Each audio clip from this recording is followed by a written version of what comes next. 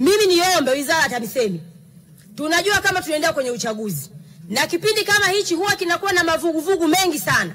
Kwa hiyo mimi niwaombe muendelee kusimama, mfahamu kwamba nchi yetu inategemea Chama cha Mapinduzi. Na wenzetu wale hawana dhamira ya dhati ya kujenga nchi yetu. Wao ni watu ambao wamekuwa na siasa za kuleta matukio mara kwa mara. Na ndio maana wanafahamu kwamba endapo katiba mpya ikipita, wao watakosa ajenda ya kusema.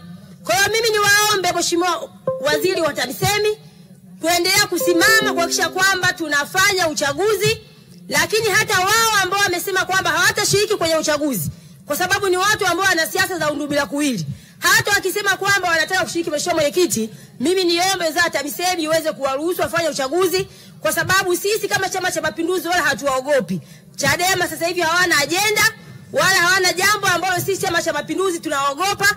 Wakishiriki tutashinda, wasiposhiriki tutashinda, kwa sababu rais wetu Dr. Samia Suluhu Hassan amefanya kazi nzuri katika nchi yetu ambayo Watanzania wameiona. Mheshimiwa Mwenyekiti, tunafahamu ilipofika mwaka 2022 rais wetu alipounda kikosi kazi maalum kwa ajili ya kuweza kufanya marekebisho ya sheria, lakini kwenye kile kikosi kazi wao waligoma kwenda kushiriki.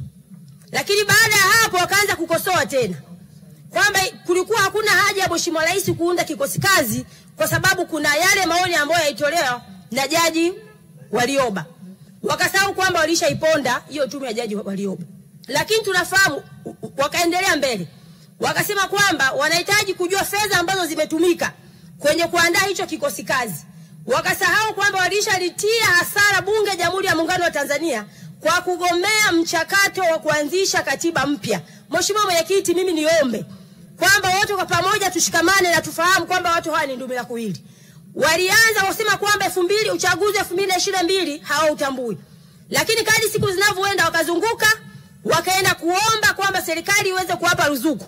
Tafsiri yake ni, Mheshimiwa Mwenyekiti, tafsiri yake ni kwamba yale matunda na mazao ambayo yanatokana na uchaguzi mkuu, kwa maana ni madiwani, kwa maana ni wabunge pamoja na ruzuku, wao wakasema kwamba wanatambua zile ruzuku, lakini wabunge walioko humu ndani ambao pia ni zao la uchaguzi wakasema kwamba hawatambui. Mheshimiwa Mwenyekiti, watu hawa ni ndumila kuwili, na tumeshuhudia wakienda kuwaita wabunge hawa majina mbalimbali, wakasahau kwamba kama wanatambua mazao ya uchaguzi ilibidi watambue ruzuku, lakini vile vile waweze kuwatambua na wabunge ambao wako ndani. Mheshimiwa Mwenyekiti, tunafahamu vizuri wamekuwa na utaratibu wa kuwasifia marais wakishatoka madarakani.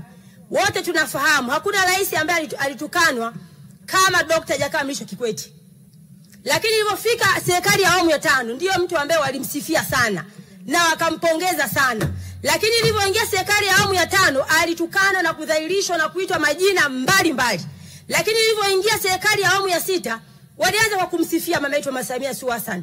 Lakini baadaye walipogundua kwamba kuendelea kusifia kazi za Mheshimiwa Rais kutaendelea kuwapotezea na malengo yao ya kisiasa, wakamgeuka na kuanza kumsema vibaya.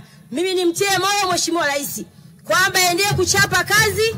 Watanzania tumeona kazi yake na tunamwaahidi kwamba kwenye uchaguzi ujao Chama cha Mapinduzi kitashinda kwa kishindo kama ambavyo tumeshinda katika uchaguzi wa serikali za mitaa.